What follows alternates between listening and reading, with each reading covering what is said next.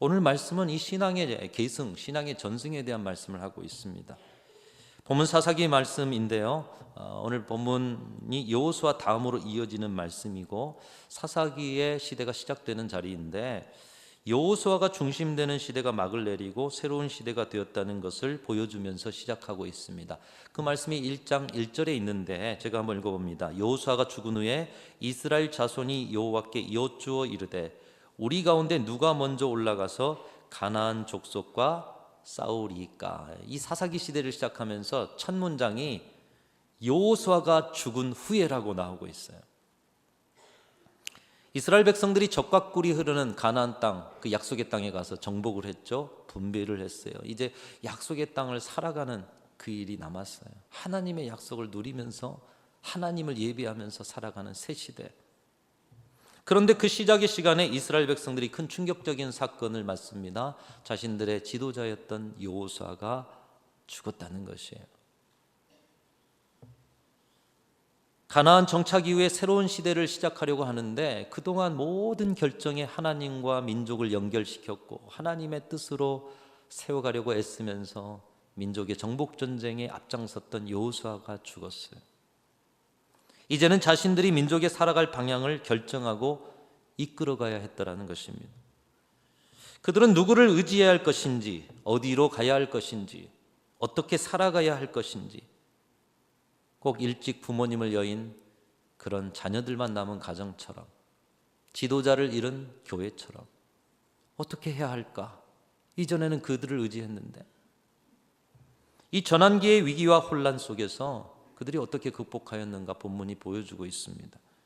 우리가 사사기서를 이미 읽어보고 말씀도 듣고 해서 알지만 사사기 시대는 죄악의 악순환이 반복되는 영적 암흑기로 상징되고 있습니다. 이전에 이미 모세를 통해 신명기를 통해 또 여호수아도 나는 나와 내 집은 하나님만 섬기겠다 이런 선포를 통해서 하나님만 섬겨라, 우상을 제거해라 이런 말씀이 선포되었음에도 불구하고 하나님보다 우상을 섬기고 가나안의 풍성함에 하나님을 잊어버리고 특별히 사사기 시대의 특징 자기 소견에 옳은 대로 살았던 그런 시대, 그런 시대를 상징적으로 보여주는 시대가 사사기 시대입니다. 그런데 이상한 것은 사사기 1장과 오늘 본문까지의 모습은 이후의 타락한 시대와는 다른 신앙의 청정지대임을 보여주고 있습니다. 꼭 죽음을 앞두고 있는 분이 갑자기 건강이 좋아집니다. 정신이 또렷해집니다. 그리고 말을 하기 시작하고요. 기억력이 돌아오는 그런 자리를 흔히 회광반조라고 부르기도 하고 또 영어로는 터미널 루시디티, 터미널 랠리라고 부르기도 합니다. 가족들에게는 귀한 선물 같은 시간이고 또 본인에게도 사람의 제 모습을 갖추고 가족들에게 마지막 이야기를 나눌 수 있는 그런 시간, 하나님께서 우리의 인생에 참 신비한 시간을 마련해 주신 것이죠. 인생의 가장 큰 배움과 깨우침이 있는 시간, 회광반조의 시간. 그런데 이 시간에 주는 배움과 깨우침이 있었어요. 그래, 우리가 평소에 사랑하고 살 걸, 사랑하라고 주신 생애구나, 평소에 고맙다고 표현해야겠구나, 여러 가지로 배움과 깨우침이 있는 시간이었고 그 배움을 삶 속에서 살아내고 그 배움을 잘 계승할 수만 있다면 그 가정은 새로운 역사를 시작할 수 있게 될 것입니다. 그러나 사사기 1장 2장이 사사기 시대의 회광문 변조와 같은 그런 시간이었지만 이스라엘 민족은 그 시간을 통해서 배움, 가르침과 배움을 오늘 본문 10절을 보면 이어가지 못했던 것을 보게 됩니다. 그 다음 세대는 하나님을 알지 못했고 그 다음 세대는 하나님의 역사를 알지 못했다. 그래서 이전의 세대와 완전히 180도 다른 세대가 되어서 영적으로 어두운 암흑의 시대를 살게 되었다. 이것이 사사기의 내용인 것입니다. 사사기 1장과 2장의 이 회광변조의 시대 속에서 우리에게 주시는 하나님이 새 시대를 위한 그 비결과 특별히 무엇을 계승해야 하는지에 대해서 주시는 말씀 세 가지로 간단하게 정리하면 첫 번째로는 우리 신앙 안에서 하나님께 묻고 하나님의 응답을 받고 하나님과 깊은 사귐 속에서 하나님과 동행하는 삶을 우리 자녀들과 다음 세대에 가르치고 계승하는 저와 여러분과 우리 교회 되기를 간절히 소망합니다. 여러분 하나님과 동행하는 삶을 보여주셔야 돼요. 가르치셔야 돼요. 그리고 계승하셔야 됩니다. 우리가 앞에서 읽었던 것처럼 사사기 1장 1절은 여호수아가 죽은 후에라는 말씀으로 시작합니다. 그런데 이와 비슷한 어떤 민족의 위기를 이전에 이스라엘 백성들은 한 번 더 경험을 했었습니다. 여호수아 1장 1절에서도 비슷한 경험을 하는데 우리 여호수아 1장 1절 같이 한번 읽어보겠습니다. 시작. 여호와의 종 모세가 죽은 후에 여호와께서 모세의 수종자 눈의 아들 여호수아에게 말씀하여 이르시되, 여호수아 시대를 시작할 때도 모세가 죽었고요, 사사기 시대를 시작할 때도 여호수아가 죽었어요. 지도자가 죽는 일을 경험하면서 새 시대를 맞습니다. 다행스럽게도 오늘 본문의 이스라엘 백성들은 이 비슷한 위기 속에서 과거의 역사가 주는 교훈을, 그 승리의 교훈을 기억하고 그 승리의 비결을 삶으로 살아냈다라는 거예요. 여러분, 모세가 어떤 사람입니까? 출애굽의 역사의 중심에 섰고 홍해를 가르고 광야를 이끌었고 그 불평과 패역의 모습으로 하나님 앞에서 진노를 받을 그들을 위해서 중보함으로 이스라엘 민족의 그 역사를 이끌었던 지도자 아니겠어요? 근데 그 모세가 죽었어요. 얼마나 당황스럽습니까? 남은 이스라엘 300여만 명의 이스라엘 민족을 이끌고 가야 하는 여호수아가 두려움과 불안이었는데, 그 여호수아와 이스라엘 백성들은 그 위기를 하나님 말씀 의지하며 하나님께 묻고 답을 얻어 살아감으로 가나안 정복 전쟁의 승리를, 그 새 시대를 하나님 앞에 올려드렸던 것입니다. 그때의 신앙의 체험, 그 신앙의 체험을 가진 그들이 오늘 비슷한 위기 속에서 그 체험을 그대로 살아낸 것입니다. 사사기 1장 1절 우리 다시 한번 여러분의 마음에 새기면서 읽겠습니다. 시작.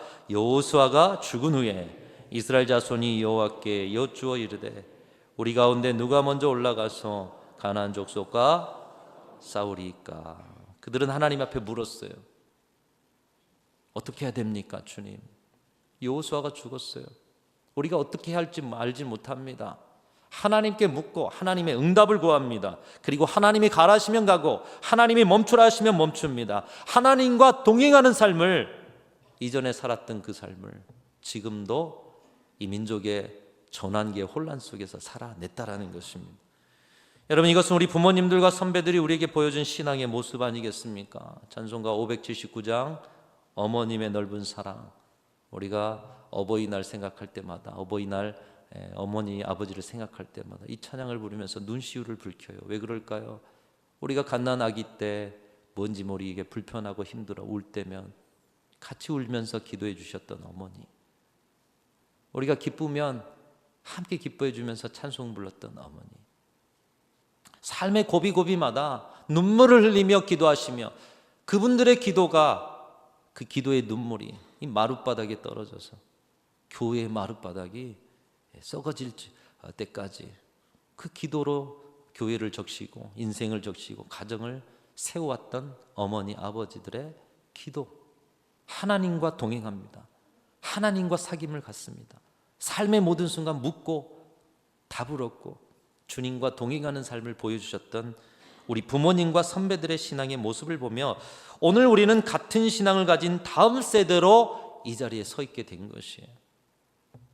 신앙의 계승을, 신앙의 전수를 저와 여러분은 받은 세대이기 때문에 오늘도 주님을 섬기는 이 복된 자리에 서 있게 된 것입니다.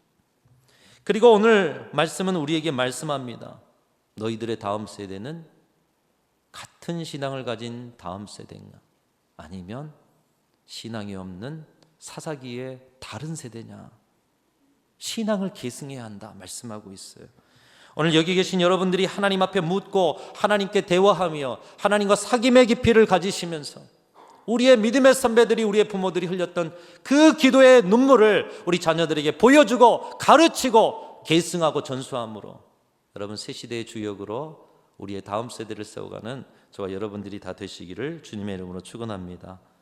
하나님이 주신 새 시대를 위해 우리가 무엇을 계승해야 하느냐? 두 번째로는 하나님의 약속의 말씀을 믿고 도전하는 것을 여러분 계승하고 전수해야 됩니다. 하나님의 약속을 믿고 그 약속대로 도전하는 삶. 약속의 땅에 정복을 이끌었던 여호수아도 처음에는 담대함을 가지고 가는 사람이 아니었습니다. 이 마음의 부담과 힘겨움 속에 두려워했던지 하나님이 아시고 그에게 가셔서 말씀하시잖아요. 여호수아야, 두려워하지 말라. 내가 너와 함께하지 않느냐. 내가 내게 명한다. 두려워하지 말고 마음을 강하게 하고 담대히 하라. 나의 종 모세가 내게 명령한 모든 말씀을 지켜 행하라. 그리하면 내가 어디로 가든지 내가 형통한 복을 주시겠다. 가나안 땅 정복, 말씀 가운데 순종함으로 나아가면 너에게 형통의 길이 열릴 거야. 이 굳건한 하나님의 약속을 받자 여호수아가 담대함이 생기는 거예요. 하나님이 함께 하시는구나.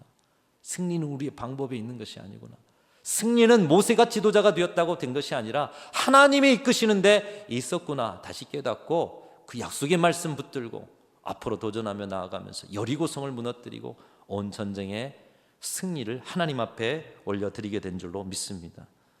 이 약속의 말씀을 붙들고 나아갔던 자리, 이론으로 된 것이 아니에요. 계산으로, 계획으로, 전략으로 된 것이 아니라 하나님의 약속의 말씀을 의지하고, 비록 하나님의 군대가 작은 수였어요. 적들은 수만 명이에요. 하나님의 군대가 나아가는 방법은 어리석어 보였어요. 적들은 대단한 전략을 가진 것 같아요. 그러나 결국 하나님의 약속의 말씀 붙들고 앞으로 나아갈 때 하나님께서 그들에게 승리를 주신 것입니다. 이것이 우리가 살아가는 신앙의 원리입니다. 여러분, 이 원리를 우리 예수님께서 십자가를 통해서 보여주신 거예요. 고린도전서 말씀 속에서 말씀합니다. 십자가의 도가 멸망하는 자들, 저 세상 사람들, 하나님을 따르지 않은 자기 소견에 옳은 대로 살아가는 자들에게는 미련하게 보이지만 구원을 얻는 우리에게는 하나님의 능력이 아니더냐. 세상 사람이 보기에는 어리석은 십자가지만 우리에게는 하나님의 약속이요 승리요 소망의 십자가인 줄로 믿습니다. 약속의 말씀을 붙들고 도전하는 삶을 가난과 고통의 시대에 우리 부모님들과 믿음의 선배들 또한도 보여주었습니다. 여러분, 우리 믿음의 선배들은 먹고 살기도 힘든 시대를 보내면서도 하나님의 말씀이라면 순종하고 살아가는 분들 아니었습니까? 세상 사람들이 바라볼 때는 어리석어 보여요. 교회 나가서 무슨 유익이 돼? 헌금하고 시간 뺏기고 손해보는 그 짓을 왜 해? 세상의 논리로는 도저히 이해가 되지 않더라도 하나님이 주신 사명이라는 이유로 자신의 생명을 걸고 헌신하고 도전한 믿음의 선배들, 그분들로 우리는 신앙의 풍요를 누리며 살아가고 있는 것입니다. 누군가가 약속을 믿고 도전하겠기에 누군가는 신앙의 풍요를 누리고 있고, 바로 그 풍요를 누리는 세대가 저 여러분들이라는 것이에요. 오늘 본문의 이스라엘 백성들도 여호수아가 죽은 후에 낙담과 좌절에 빠져 있지 않았습니다. 오히려 하나님께 물었습니다. 약속의 말씀을 믿고 순종하면서 약속의 땅을 향하여 도전하였더니 하나님이 승리를 주셨어요. 바로 그 내용이 사사기 1장의 내용이에요. 근데 2장만 넘어가도 이미 우상을 섬기고, 오늘 본문 바로 뒤를 이으면 절벽에 떨어지는 것처럼 우상 숭배하고요, 또 하나님께 묻지 않아요. 우리에게 말씀하시는 거예요. 약속의 말씀을 붙들고 우리의 삶의 현장으로 나가서 믿음으로 도전하라고 말씀하고 있습니다. 지난 금요일 새벽 기도에 나누었던 좋은 글이 있어 소개합니다. 원영일 목사님이 쓰신 크리스천 비즈니스 백서라는 책에 소개된 내용인데요, 어떤 동네에 예수 믿지 않은 그런 동네였어요. 교회가 세워진 지 얼마 안 됐던지 교회 다니는 분들이 별로 없었나 봅니다. 근데 거기 양 집사님이라는 분이 계셨어요. 오늘 여기도 양 집사님이 계시면 힘을 내시길 바랍니다. 양 집사님이 계셨는데 어느 하루인가는 이 양 집사님이 키우던 돼지들이 옆집에 밭에 채소밭을 엉망진창으로 만들어 버렸어요. 그래서 옆집 사람이 이 채소밭 배상해라, 배상을 해줬는데, 아니 이 채소밭만 배상하는 것이 아니라 정신적 고통도 있고, 너희 예수 믿는 사람들이 정말 이래서 되겠느냐, 이러니 교회 안 나가지 하면서 너희 그 돼지 5마리 그것까지도 다 나에게 달라, 이렇게 이야기하는 거예요. 그래서 고민이 되어서 어느 날 목사님을 찾아가 하소연했습니다. 목사님, 옆집 사람이 배상을 했는데도 돼지 5마리까지 다 달라네요. 안 그러면 계속해서 예수 믿는 자들 조롱할 것 같고, 목사님 어떻게 해야 됩니까? 그러자 목사님이 대답하십니다. 옆집 사람이 예수 믿는 사람들 비방하지 않도록 그 옆집 분이 원하시는 대로 해주세요. 여러분, 오늘날 그렇게 말씀하면 순종하실 분 계실까요? 그럼 제 방으로 오십시오. 정말 제가 위로가 될 것 같습니다. 쉽지 않잖아요. 우리 사업의 현장이잖아요. 이게 뭐 가정에 돼지 5마리 이야기하지만 양보할 수 있습니까? 그런데 이 양집사님이 믿음이 대단한 분인 것 같아요. 그래서 이 돼지 5마리까지 다 목사님의 말씀대로 옆집에 다 주워버렸다는 거예요. 그런데 가을 정도 되니까 이 양집사님이 목사님을 또 찾아왔는데 이번에 웃으면서 찾아왔다는 거예요. 그래서 뭔 좋은 일이 있는가 했더니, 목사님, 옆에 집에서 우리 집 채소밭을, 그 집 황소 7마리가 우리 집 채소밭을 엉망진창으로 만들었어요. 왜 웃었는지 아시겠죠? 어떻게 해야 됩니까? 한마디로 목사님이 저번처럼 돼지 5마리 주라 그랬으니까 황소 7마리도 받아내십시오, 이렇게 이야기하기를 바랬던 것이죠. 그런데 목사님이 이것을 듣고 나서 이렇게 이야기합니다. 예수 믿는 사람은 악을 악으로 갚지 마셔야 합니다. 용서하라는 하나님의 뜻에 순종할 때 하나님이 더 많은 것으로 갚아주십니다. 양집사님이, 우리 양씨분들이 참 순하신가 봐요. 이 말씀에 또 순종했다네요. 자신의 뜻을 내려놓고 이번에도 목사님 말씀에 순종을 했습니다. 그런데 이상한 일이 벌어졌어요. 그 다음 날 옆집 사람이 돼지 수십 마리를 끌고 양집사님의 집에 와서 돼지를 다시 돌려주더라는 거예요. 5마리가 아니라 난 새끼까지 다. 그래서 이야기를 듣고 보니까 이제 우리 집 황소 뺏기게 되겠구나, 막 안절부절 못해가지고 고민하고 있는데 안 오더라는 거예요. 그러니 오히려 양심이 찔리더라는 거예요. 가만히 있을 수가 없어가지고 내가 뺏었던 이 돼지 5마리와 거기서 난 새끼까지 다 돌려주자. 그리고 그것을 돌려주면서 함께 교회를 다니기를 결단을 했다라는 거예요. 그리고 이 소문이 주변 동네에 다 번져서 교회를 새로운 눈으로 보고 또 예수 믿는 사람들이 늘어나고 전도의 길이 열렸다고 합니다. 여러분, 이 이야기의 양집사님을 우리의 이성과 지식과 지혜와 경험을 가지고 판단한다면 얼마나 어리석은 사람입니까? 그러나 주님이 주신 말씀과 약속을 믿고 현실의 문제에 도전하였더니 사람의 방법으로는 만들 수 없는 놀라운 일을 경험하게 하신 줄로 믿습니다. 뭐가 놀랍습니까? 돼지 5마리가 새끼까지 져서 돌아온 것이 놀랍습니까? 아니요. 강팍한 예수 믿지 않은 영혼들의 심령, 사람의 어떤 방법으로도 바꿀 수 없는 그들의 심령이 변화되어 예수 그리스도를 바라본 것이, 그들에게 전도의 길이 열린 것이 놀라운 하나님의 역사인 줄로 믿습니다. 주님은 오늘 우리에게도 약속하십니다. 너희는 먼저 그의 나라와 그의 의를 구하라. 그리하면 이 모든 것을 너희에게 더하시리라. 주님은 말씀하고 있습니다. 주님의 약속을 붙들고 도전하고 나아가면서 그 모습을 다음 세대에 계승할 때 바로 믿음의 약속을 붙들고 나아가는 세대로만이 하나님의 새 역사가 열리게 되는 것입니다. 여러분을 통해서 이 약속에 믿음을 붙들고 도전하는 이 신앙이 계승되어 우리 가정과 교회가 진정한 새 시대를 맞는 은혜가 있으시기를 축복합니다. 또 하나님이 주신 새 시대를 위해서 우리가 무엇을 계승해야 되느냐? 하나님을 가르치고 하나님이 하신 역사를 가르쳐야 한다는 것입니다. 말씀은 사사기 시대가 영적 암흑기가 된 직접적인 이유를 말씀하고 있는데, 오늘 10절 말씀 우리 한 번 더 같이 읽어보겠습니다. 같이 읽습니다. 시작. 그 세대의 사람도 다 그 조상들에게로 돌아갔고 그 후에 일어난 다른 세대는 여호와를 알지 못하며 여호와께서 이스라엘 위하여 행하신 일도 알지 못하였더라. 오늘 사사기의 회광반조와 같은 시절을 살았던 본문 이스라엘 백성들은 하나님의 은혜를 누구보다도 잘 알았어요. 하나님이 어떤 분이신지를 알았어요. 그런데 다음 세대는 하나님을 몰랐어요. 하나님의 역사를 몰랐다는 거예요. 왜요? 가르치지 않았으니까요. 왜요? 계승하지 않았으니까요. 전수하지 않았으니까요. 그들은 하나님의 은혜를 모르는 세대가 되었고, 하나님의 은혜를 모르는 세대는 사사기 시대에 죄악의 악순환의 시대를 만들어 갈 수밖에 없다라는 거예요. 여러분의 가정은 여러분 이후에 사사기 시대가 될까요? 여호수아 시대가 될까요? 우리 교회는 우리가 죽은 이후에 사사기 시대를 이루어갈까요? 여호수아 시대를 이루어갈까요?